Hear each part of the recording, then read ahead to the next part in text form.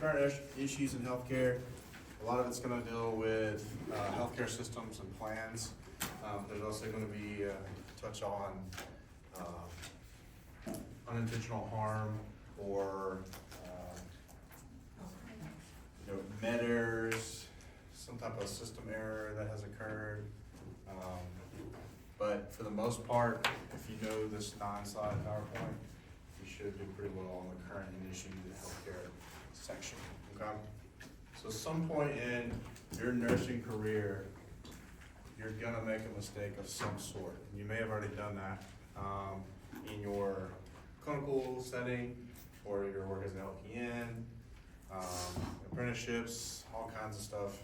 At some point in your nursing career, we're not perfect. We're gonna cause unintentional harm to a patient. So go ahead and kind of mentally prepare yourself for that and kind of think about your role, your responsibility, what you're gonna do, that kind of stuff, and kind of the effects of that error that has occurred. So I'll give you an example of an error I made way back when in my young nursing career. I misdiagnosed a heart attack, so an MI. I didn't catch it on the EKG. There was a lack of communication between me and the physician and the cardiologist, and the patient went several hours without going to the cath lab. And so if I would have been a little more proactive, would have been a little more confident in myself at that time, probably wouldn't have delayed care as much.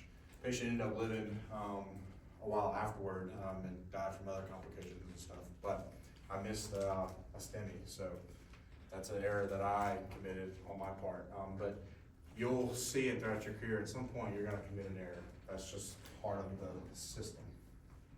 But the goal is to reduce the amount of harm, reduce those med errors, and so that's why we have a lot of those safety precautions on board. So when I say preventable harm, what do you think about? Human error. Human error, okay. What else? This is going to be kind of an open discussion, Tom. 6 rights of mitigation. 6 med rights administration, yeah. Well, preventable harm, what kind of things? Falls, that could be a preventable harm, right?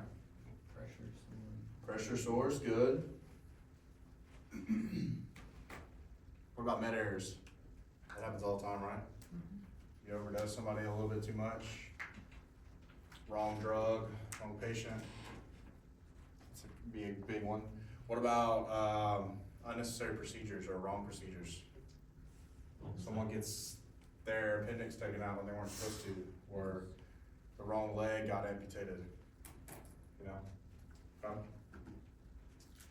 Usually it's not because of the intentions of the nurse. We're not intentionally going out to harm somebody, but it's for some type of system breakdown, whether there's communication error, maybe the proper safety procedures weren't in place, something along those lines, something procedural wise wasn't followed like it should. There's a lot of those safety measures in place to help us along the way to minimize or reduce those types of errors.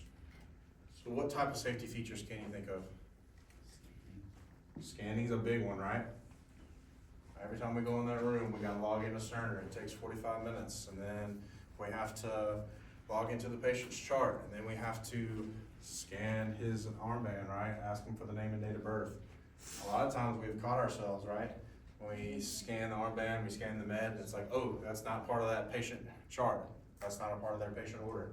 Or, oh, it only needs to be half a dose, so I need to split that pill and you didn't realize it. So that's a big safety measure. What else? Secondary sign-offs. Second dose sign-offs, yeah, so for like insulin, sometimes narcotics we have to do that for.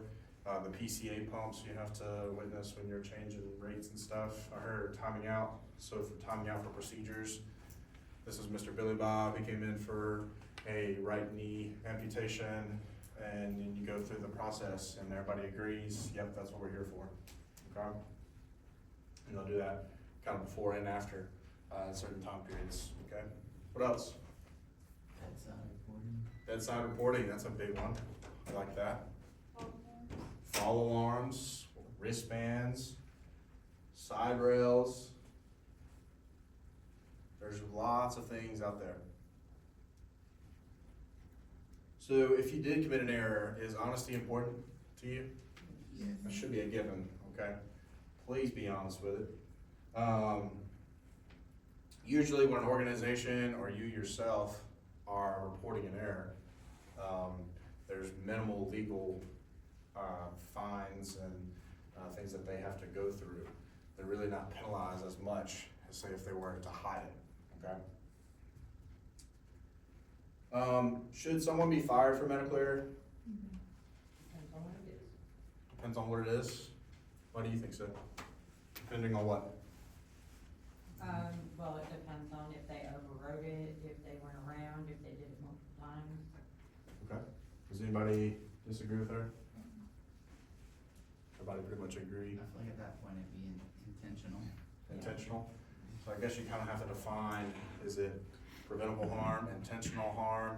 Are you overriding those safety measures frequently, causing that harm? Okay. Really, it kind of depends on the cause. Human error should lead to some type of improvement, system improvement. There's some type of breakdown in that system. And if we report that error and we're honest and open about it, then we're able to kind of see that break, or that chain of command, that break in that link of that system, and able to improve it from there so that error doesn't happen again, that harm doesn't happen again. So that's kind of what we're hoping for. But on the same side, if I fire every employee that makes any type of medical error at all, what is that gonna encourage in my employees? Dishonesty, right? Not letting them speak out. Okay, they're gonna be feared for their job and they're really gonna say anything. So. What about, can healthcare workers be prosecuted? You think they should? Like criminal intent? If there wasn't. Or charged with murder, maybe? Civil and legal. Do I know? Civil and legal. Okay. Does anybody think they shouldn't be charged with murder? I think it depends on the situation. Okay. What type of situations, Sam? Well, you didn't find that MI, so let's say the person did die, do you think you should be charged with murder? I don't think so. But like if you go push potassium, a spice IV, probably so. No. Okay. I mean, that Nashville nurse, Yeah, that's what we're fixing to talk about a little bit. but if the patient was given the, like pros and cons or the, potential side effects or whatever, and they still chose to go through with whatever it is they're going through, that's on the patient, I feel like, because. Yeah. So, I mean, if they go in for an open, just a regular old procedure, like an appendectomy, for instance, They know there's a risk. there's a risk of bleeding for that involved, right? Are you gonna charge that physician for murder if the patient dies on the table? I mean, there's a lot of instances where people die in the hospital. No one dies on the OR table, but, you know, are you gonna charge that surgeon? So that's some kind of these ethical dilemmas, issues you can kind of start thinking about in your head. So let's talk about Vanderbilt. Let's talk about Nashville. Has anybody heard of Redonda Val? Have y'all seen that in the news recently? Anybody tell me just a quick summary of what happened? She pulled a paralytic Okay. from the, well, she pushed a paralytic, I don't know the other parts of it, but she pushed a medication that was, So there's a elderly lady that was fixing to get discharged. She had a stroke. She had gotten cleared. They wanted to do one final scan, CT scan, just kind of as a baseline. She was nervous about the procedure because of this closed, confined environment of a CT scan. So they ordered a dose of Versed to keep her comfortable, keep her calm. Okay. Redonda Bout was just a nurse that was covering for other nurses. So she was just kind of a resource nurse. When someone took a break, she would go in and take care of their patients for the hour and a half. So, but anyway, this elderly lady went in for the CT scan. Redonda was supposed to pull the Versed. She pulled Vecuronium instead, which is paralytic. Pushed the Vecuronium, of course the patient's not on the ventilator, not any of that stuff. Pushed it, left the room. And then about a minute or two later, she realized her error, came back. Patient was unresponsive, of course. Tried to get her back, they got her back, she was brain dead. They pulled the blood basically, get comfort care measures, and then that patient passed away the next day. Okay. So, in that case, what do we think about Redonda? She accidentally pulled the wrong. How did the Texas let her pull? Did she not? Cause I just feel like, because don't you got the checks when they say ding ding, you know what the pool is? But there was an issue with. It does, ding, ding, ding, it just says, hey, this is a paralytic. But the past week, or a couple weeks, Vanderbilt Hospital was having issues with their med Pyxis. Everybody had to get in trouble. And they were updating the system, and every now and then, they wouldn't put you through those checks, or the medication wouldn't show up on their MAR like they were supposed to. They also were changing up their charting system, roughly around the same time as well. So, their charting system was Epic. It was not communicating with the med Pyxis as well, so different orders weren't getting verified. But in the report, she was told, that she was supposed to give a dose of Versed beforehand. So she overrode what she thought was Versed. She should have read the label on. She should have read the label on there. Vecuronium comes in a powder. It was in a powder form for her. And so that looks a little different than Versed to start with. But they've also been a shortage of Vecuronium, Versed, and other drugs during this time as well. And so they were getting different things from different manufacturers, which could have contributed to the reason why the Versed was in powder form instead of Vecuronium. Okay. But she did override several of the safety systems that are in place. Okay. Now, they did charge her with murder, and they were originally going to sentence her for a longer period of time. I think she ended up going to like 3 years probation. So, lost her nursing license, all that kind of stuff. So, the ethical side of that, yes, she did kill a patient. She wasn't necessarily intentionally killing a patient. Were those safety measures in place, did that fail her? Do you think the Vanderbilt Hospital would be at fault? Or was it still under her? I feel like nursing judgment would just.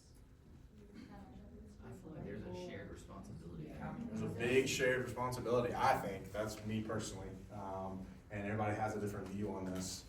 The big view is the criminal intent, why she got charged with murder. I feel like it should be manslaughter. Yeah, but Or negligence.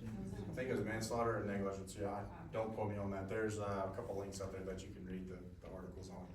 But should nurses be charged with this stuff? Is that stepping over a line, and is that changing healthcare?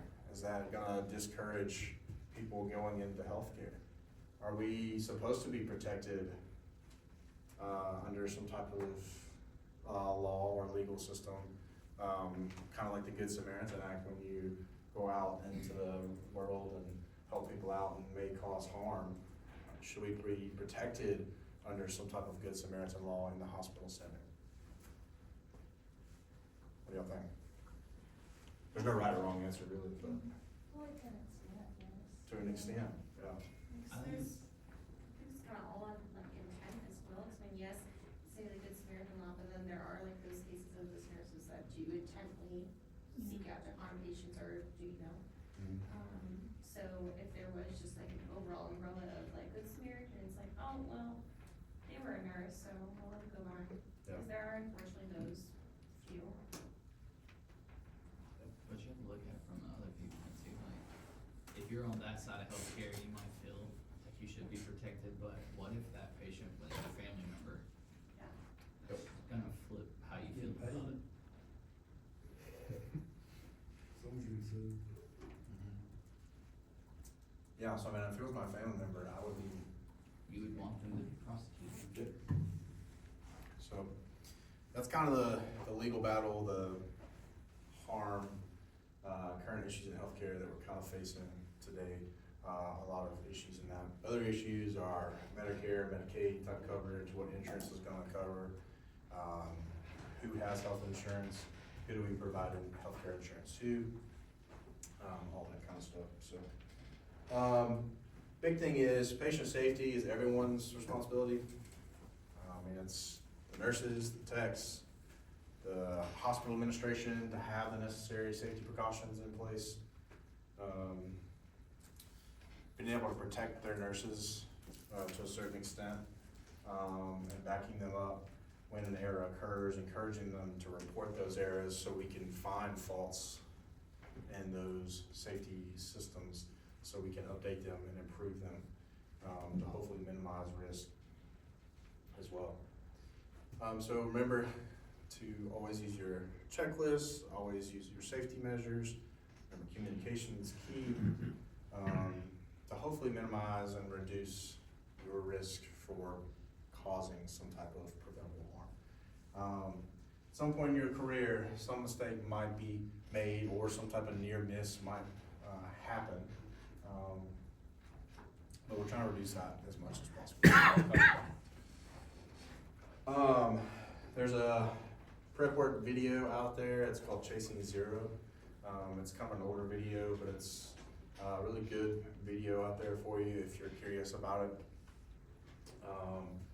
But there was a pediatric patient that got the wrong dosing of heparin because the pharmacy mislabeled the dosing of the heparin drip, and then the nurse, I believe, didn't catch the correct nursing dose as well. So it's kind of a two-fault system, but there was a breakdown in communication with it as well.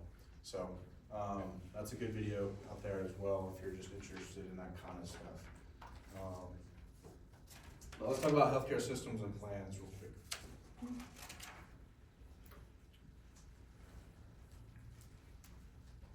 We're talking about different types of healthcare settings or areas of places where we receive healthcare.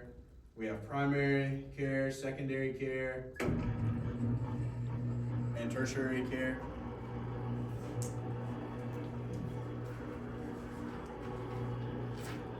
Primary care is that traditional main focus that you think about, that it's not the highest level of care. That's kind of that basic general primary care provider. Can also go into more of your preventative screenings, health promotion side of things. This is going to be kind of your least priority. They can do generalized maintenance care, so blood pressure support, diabetes management. They're kind of getting into the weight loss management as well. But their big points is focusing on health maintenance and prevention. Now, when I get anything further, I want more specialized care, then I can go into my secondary care. So this is where I'm gonna outsource for my primary care. I'm gonna refer my patient to a specialist, so something like orthopedics or cardiology, maybe oncology, women's health. They can either see these kind of a longer term or just one quick visit. So something like ortho, they have a leg fracture, they fix that issue, they repair that leg fracture, and then they can go back to their primary care provider to maintain their health and prevention from there. But that secondary care main point here involves referral from the primary care provider. Referral.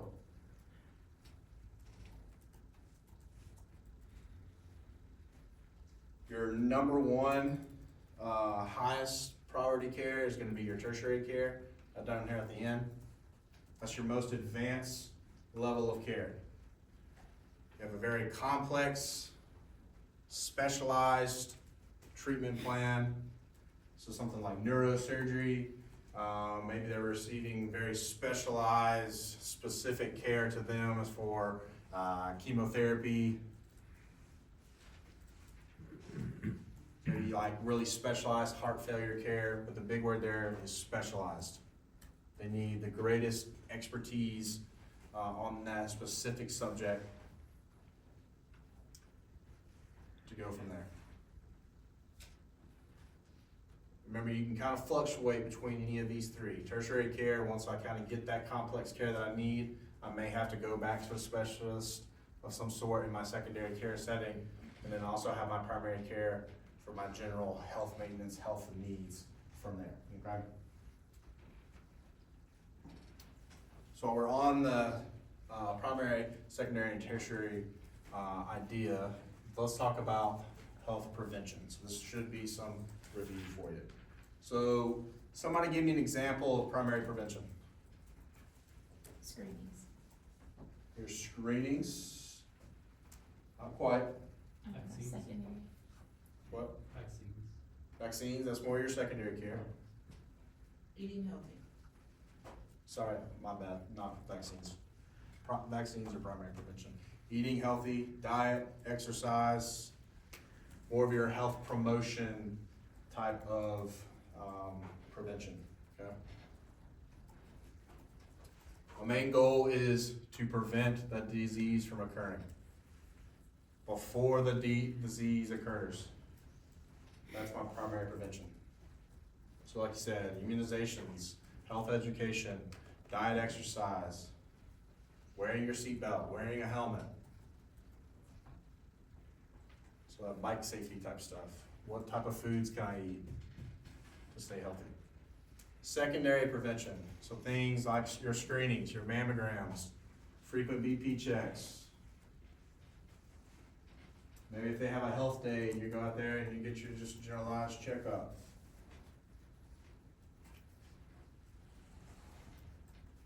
At this point, I'm trying to check or catch the disease process that's already in motion early on. So catch that disease process early on in care. Preventing things before they get worse. So for instance, a mammogram, early detection of breast cancer. That's a big one.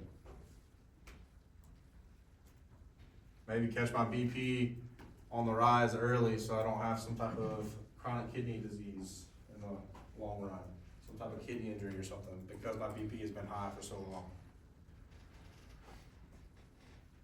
Our last type, our tertiary prevention. This is prevention of getting back to your normal ADLs, your normal activities of daily living. The disease has already happened, progressed. Now I'm trying to reflect, treat, get back to a normal sense of life. Can't really prevent it, it's already happened, but I'm getting back to as normal of a function as possible.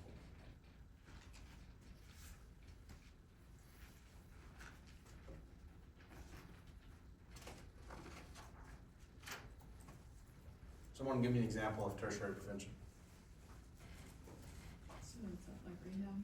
Rehab, that's a good one. Anything else?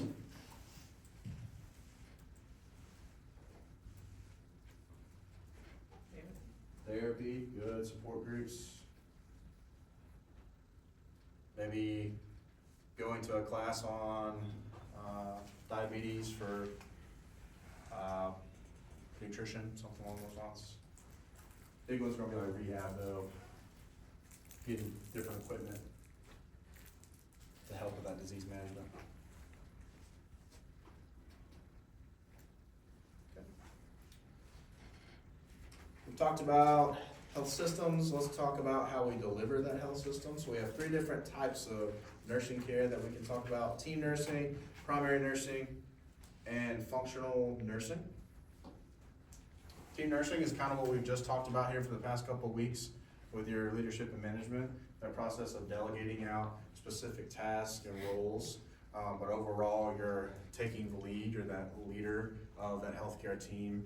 So you're kind of managing the overall care by delegating certain roles to certain people. Okay.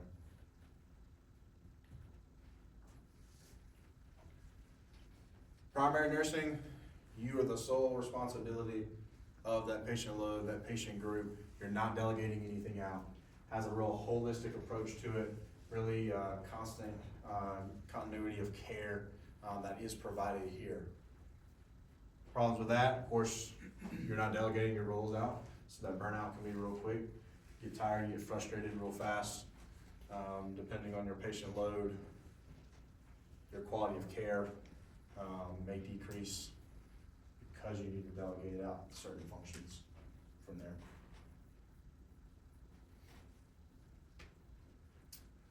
Functional nursing,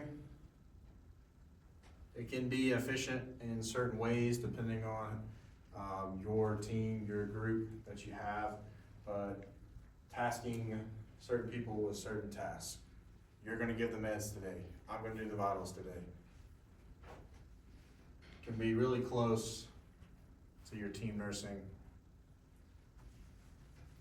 It's very task oriented from there. And throughout the day, you could really fluctuate between any three of these, designing specific roles for certain people, tasking out certain tasks if you're getting behind or overwhelmed, if you're being that primary nurse trying to provide that holistic approach as well. Questions about nursing care delivery? Okay.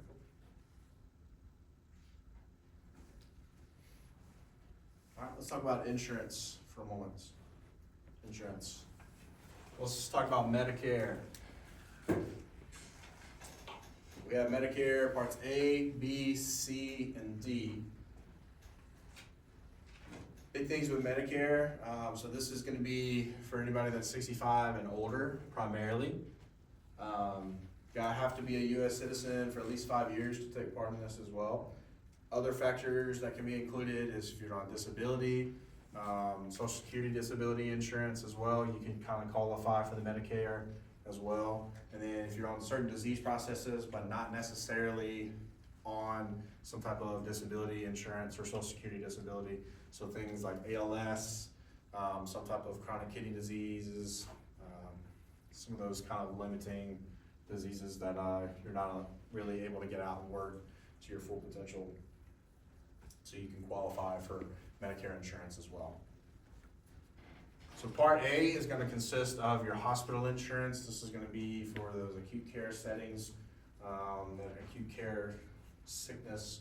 So if you have to go in, stay inpatient for a while, that's what's going to be covered under your Part A coverage as well. So surgical and mental health support as well as your hospital stay as well.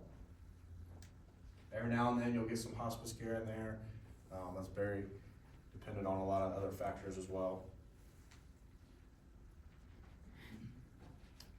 And then if you transition over to Part B, you can get your medical insurance side of things. This is gonna be more for your primary care, preventative type visits.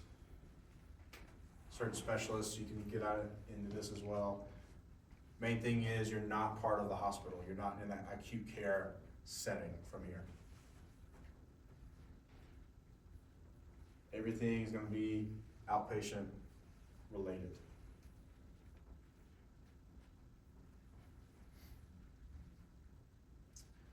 Whether you're Part A, you're automatically enrolled once you get 65 and older.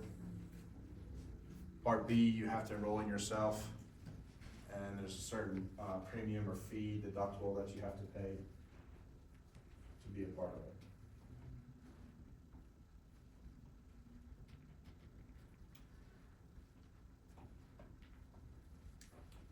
Part C is kind of extra benefits to it. Usually you're gonna bundle Parts A and B together into one plan to handle Part C. Sometimes you'll add Part D in there as well. We'll talk about Part D in a minute.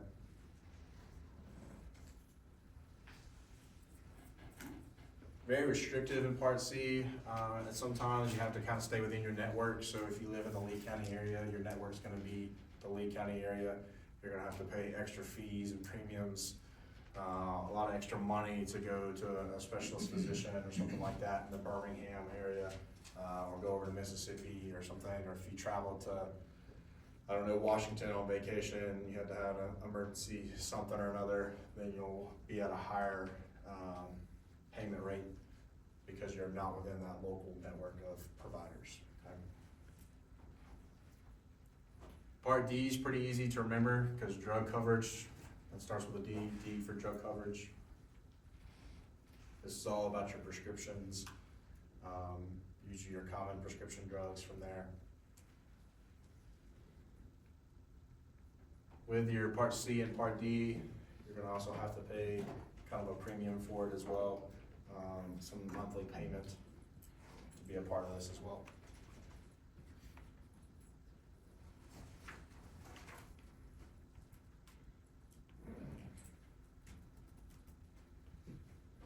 Questions about Medicare?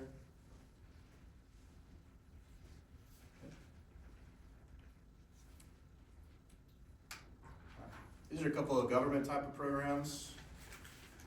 So we have Medicaid. Medicaid's for lower income families that qualify. And really it's kind of from birth to 65, and then you can kind of go into your Medicare phase. But Medicaid, government funded, can be state operated as well, but for lower income families as well.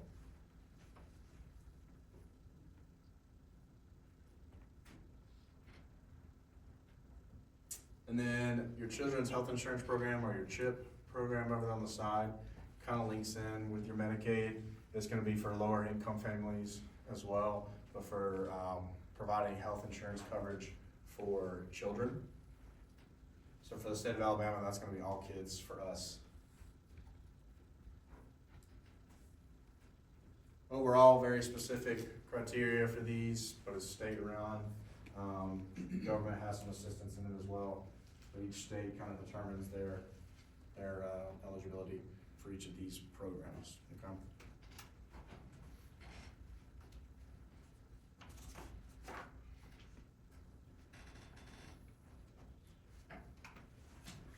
We also have Social Security income as well. This is really just designed to help with just kind of extra income. You pay into it monthly based off your tax revenue. So just a little extra help for food, clothing, housing. Usually you're gonna see it for more the elderly people, disability people as well. And then TRICARE is your military health insurance, so you don't have to serve in the military. It can also be for killed in the line of duty, Medal of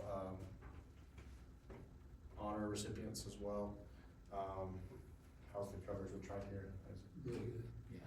As long as you don't have to go on base. As long as you don't have to go on base. I can't speak a whole lot about TRICARE, but They have to- I've heard it's really, really good. So. Oh, prime is if you have to go on base, and prime remote is if you live far enough away from a military facility, they'll let you go to doctors around here, if that's what you want. But you don't pay anything in. Yeah, it's free. It's free, so there you go. Sounds, which, I mean, if you serve the country, I feel like that should be an easy thing to do, but anyway. So, yeah, that's TRICARE, really, military health insurance, that's kind of what you need to think about for TRICARE. These are more private insurance type of plans. You have your PPO versus your HMOs. So PPO is your preferred provider organizations. This one allows more freedom to kind of choose your specialists, choose your certain providers. More providers are gonna accept your PPO programs. But of course that comes at a higher cost. So the more flexibility, more freedom that you have to choose those providers, you're gonna have to pay a little extra from that.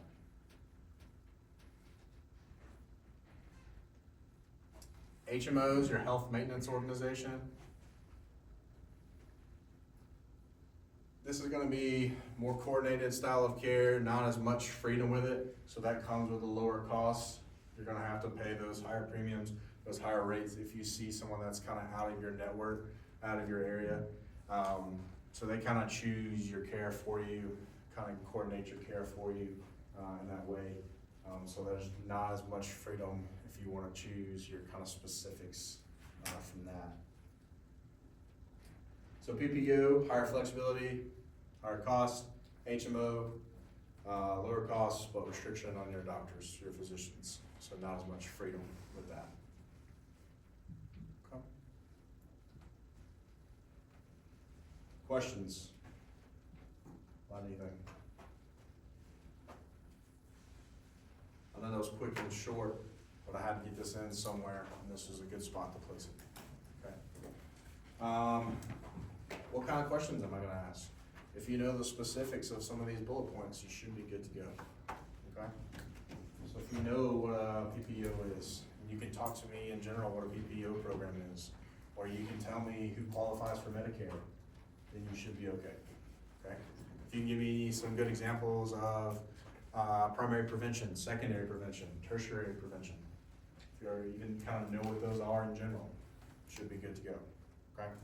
That's how I'm gonna ask these style questions. Not gonna be word for word necessarily of Medicare Part D is drug coverage, true or false, but, or primary prevention is this, but you kinda need to have a general idea of what primary prevention is and have an example or two in your mind, so you can pick that out on an example. Okay? So good? Alright, perfect. Everybody sound the roll?